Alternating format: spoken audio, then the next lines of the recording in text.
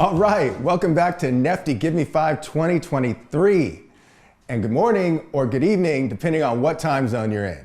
I'm Paul Robinson, and you know, that's what Nefti is all about, bringing time zones together through filmmakers and their creations. And with that in mind, we're gonna trot across the globe to the Philippines. All right, you guys, are you guys ready to hear the first pitch? Yes. Yes, let's go, Philippines. Okay, first up is gonna be Mick Vergara and Miko Lavello from the Philippines. Let's welcome them. Hey. Yeah. All right. Well, hey, Mick and Miko. Really nice to have you guys here from the Philippines. So whenever you guys are ready, tell us what you got.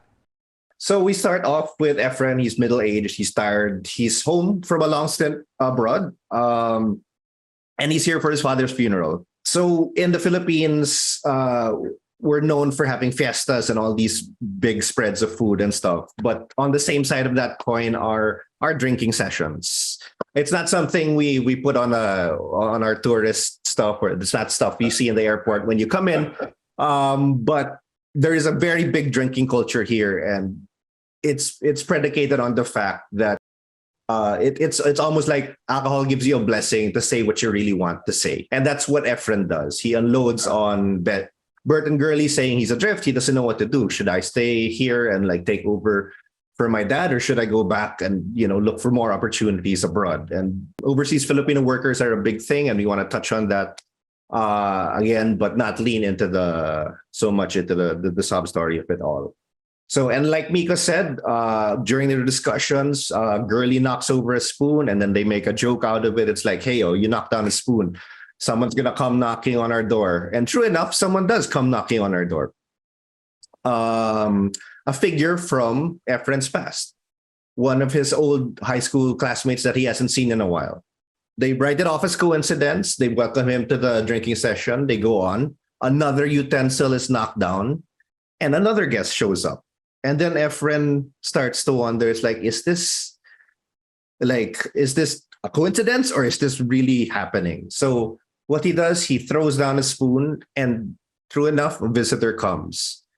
And it's all people from the past that he left behind. Like these are teachers he hasn't seen, friends he hasn't seen, ex-flames, but all their conversations are shared and good, and sort of steered him to, want to stay.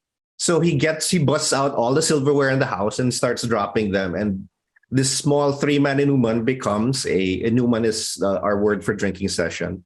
This small inuman becomes this full-blown reunion. And, it's the happiest Efren we've seen. It is a clear demarcation from when we saw him miserable at the start. He's like full of life, enjoying all the drinks and stuff with his friends. But he runs out of utensils, so he scrambles to find the last one, and it's a rusty old spoon. It's decrepit, it's old, and he throws it down, and there's another knock on the door, and when he opens it, it's his dead father.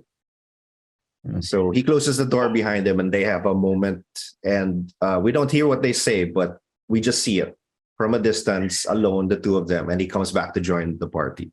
And we get a sense that he has decided what he wants to do. At the party, it's going great. Bert decides to pull a prank on Efren as he sits down, and he ends up being the one on the floor. And Bert, makes a comment. It's like, you're the one who fell. I wonder what's going to happen next. So since you fell, there's a knock on the door again, and the doorbell rings. And bringing us back to the title of this film, since Efren is the one that fell, instead of a person that comes, it's a giant spoon and fork that come in the end, and they welcome them. Being Filipinos, the giant spoon and fork join in the revelry. But we end with the happy face of Efren. This is also just to show that, even though there's a giant spoon and fork, and despite all his worries and troubles, Efren has finally decided where he needs to be, which is home. So why don't we start with Ted? Do you have any questions for them?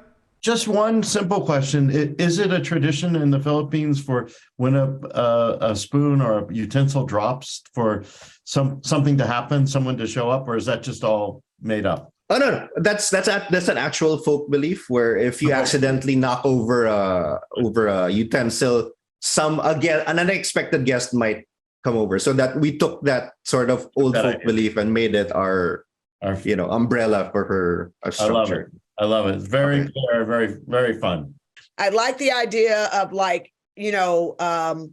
introducing your traditions of Filipinos, that when a utensil falls, that someone shows up and oh my God, the doorbell rings. So we got a little bit of comedy in there. Okay, but so now would you consider this a dramedy or a comedy? It's a comedy for sure.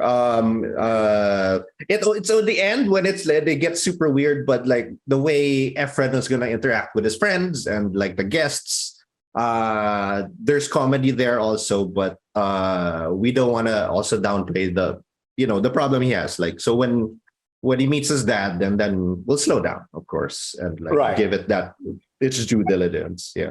3 a.m. in the morning over there? Yeah. Yeah. Wow. Now that's what you call dedication. I know. No matter what time or where, people will do their presentation. That's just lovely.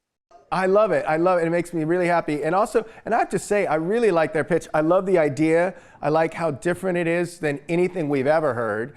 And the whole point of Nefti is to bring, like you said, Vivica, is to bring different cultures together and make people aware of different cultures. And I think that was one of the ones, that's probably the most deeply driven culture pitches we've had. Yeah. Agreed. Great. So I really like it. Well, there it is, our first pitch. And that was from the Philippines. Check out our next episode when we head right on to Vietnam. I'm Paul Robinson. Stay creative.